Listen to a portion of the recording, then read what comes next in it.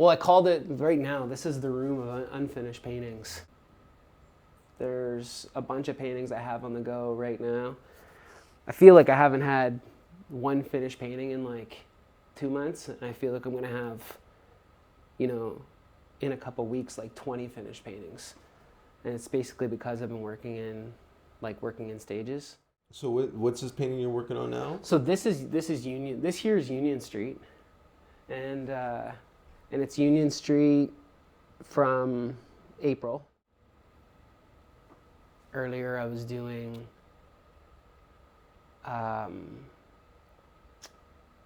Wentworth Street, Duke Street. There's another one from Wentworth. Orange Street. So just within the few blocks that are around my apartment.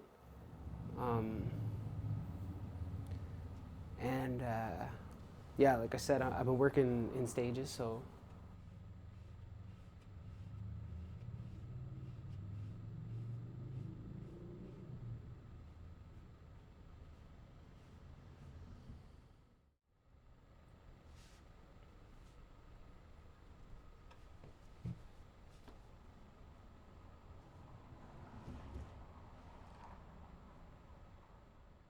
So yeah, like these paintings here they're not done. Some are closer than others, but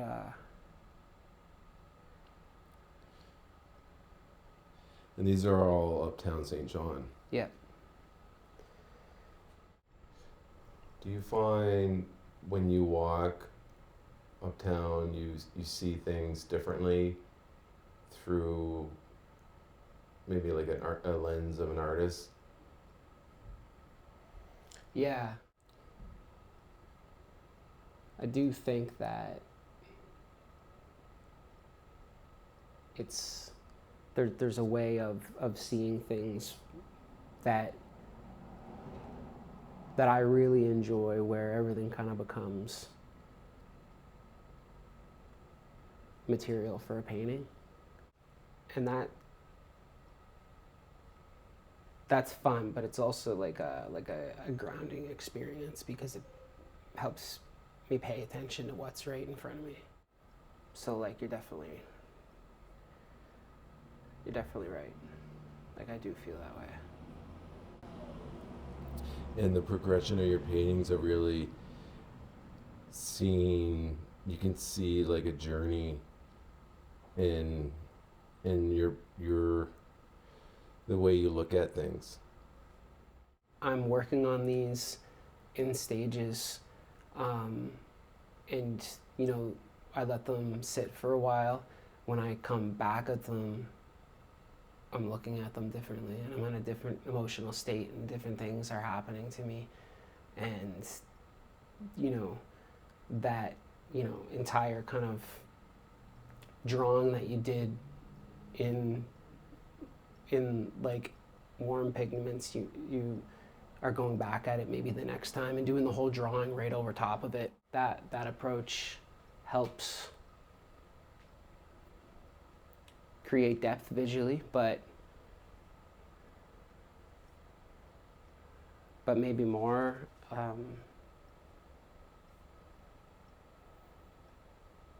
I like to believe that you can see it when that energy is involved. You can see the like that foundation, like you said, you have a foundation, a very strong foundation in your workflow. Like from my observations, that you have a very dedicated sort of grounding in your workflow. You approach each painting with its own infrastructure. Yeah, when you kind of as I'm undertaking this, I would say the project has an infrastructure for sure. That there's something about, like, for me, there's something about like a good painting that kind of is related to good thinking. Yeah, like I was saying, that I think a good, well, so instead of just like a painting in itself having its own infrastructure, I would say that this whole project, I would say, has an infrastructure where there are steps and there's organization involved in those steps. So in that way, I think that a good painting is related to good thinking. Like they're not separated things. So if you're, very disorganized, I think that will come through, and maybe like disorganized, chaotic, kind of maybe energetic thinking might be good when you're attacking it, kind of, but it's not good to build the foundation and all those other things. So the parts that kind of like the parts of us that we embody, from the well thought out and the planned to the impulsive, when they're all put together, like I think that kind of represents the person. Like it can represent a whole person.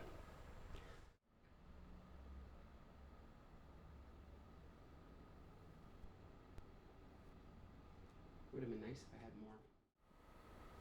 more. In that way, like I don't think that the painting is just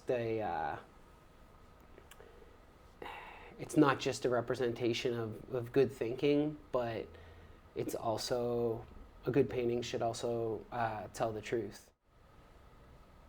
So what do I mean by that? Well,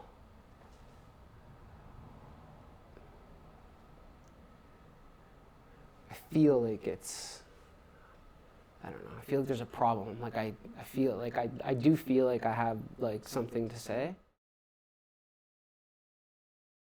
These are just like at the very beginning stages. So this is just like, these are paintings that are in they just finished the drawings for them. This one's almost done here. But these ones are just gonna dry. This painting here has been sitting for a little while. I'm gonna let it sit for a little while longer.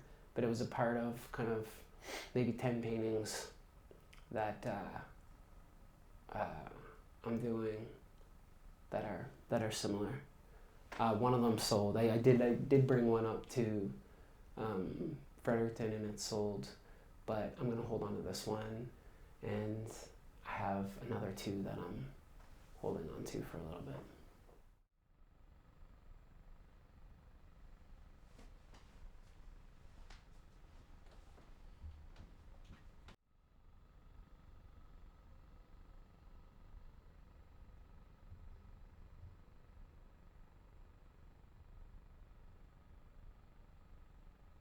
Matt, do you want to talk maybe a little bit about your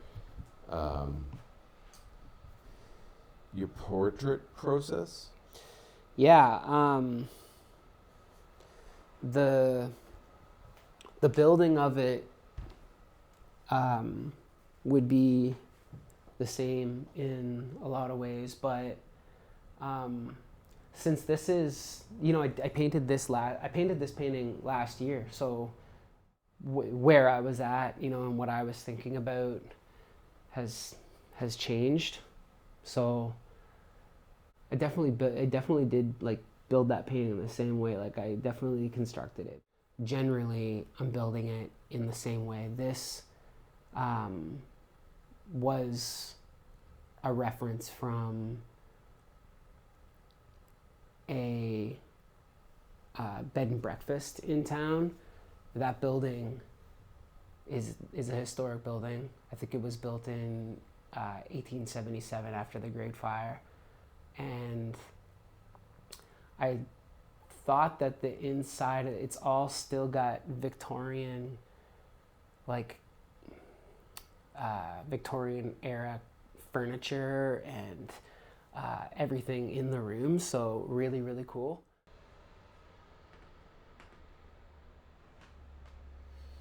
Do you have a particular process in order to maintain a flow, like your color consistency? Yeah, you kind of learn that harmony, when you, there's something about like sameness. Like you can have like a limited palette, let's say. So like you can have, you know, a certain amount of colors, and it's like it's crazy how there's something about more rules, not less, that like will produce good results.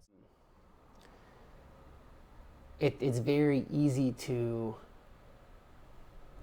like I do, go back and do maybe the drawing again with maybe and using the same kind of pigments, but maybe just a little bit cooler this time. That you know, then you know that there's going to be some harmony there. So that's this project here. The way that I'll probably do it is, you know, maybe the first 20 or 40 might be kind of in a certain mood, or change it a little bit. And I've already done that in like the last few years. From like year to year, my palette has changed, and it's really changed. And like right now I'm really interested in doing like a lot of oil paintings, whereas I was doing a lot of acrylic paintings before. And so my process is really really taking a turn, and I'm just letting myself do the painting that I want to do. And I think trying, you know, just not to get in my own way, because that's the biggest hurdle, is to think too much and not allow yourself to, or not feel like you deserve to make a good painting. You just, like, you do. So you just have to like allow yourself to do it. Yeah, exactly. Do you find your experience uptown St. John influences your palette, your color Yeah, research? yeah. Well, so red iron oxide is, I think, one of the oldest. Like these earth reds are some of the oldest pigments. You see them in cave paintings, you know, for how many tens of thousands of years into human history. So the brick kind of the uptown core, and knowing that that's kind of some of the things that I wanted to paint, made that like really the core component of my palette. And I've carried that through for years now. So like I definitely love to use I love earth colors, and like I really love red iron oxide. And there's different earth reds you can use.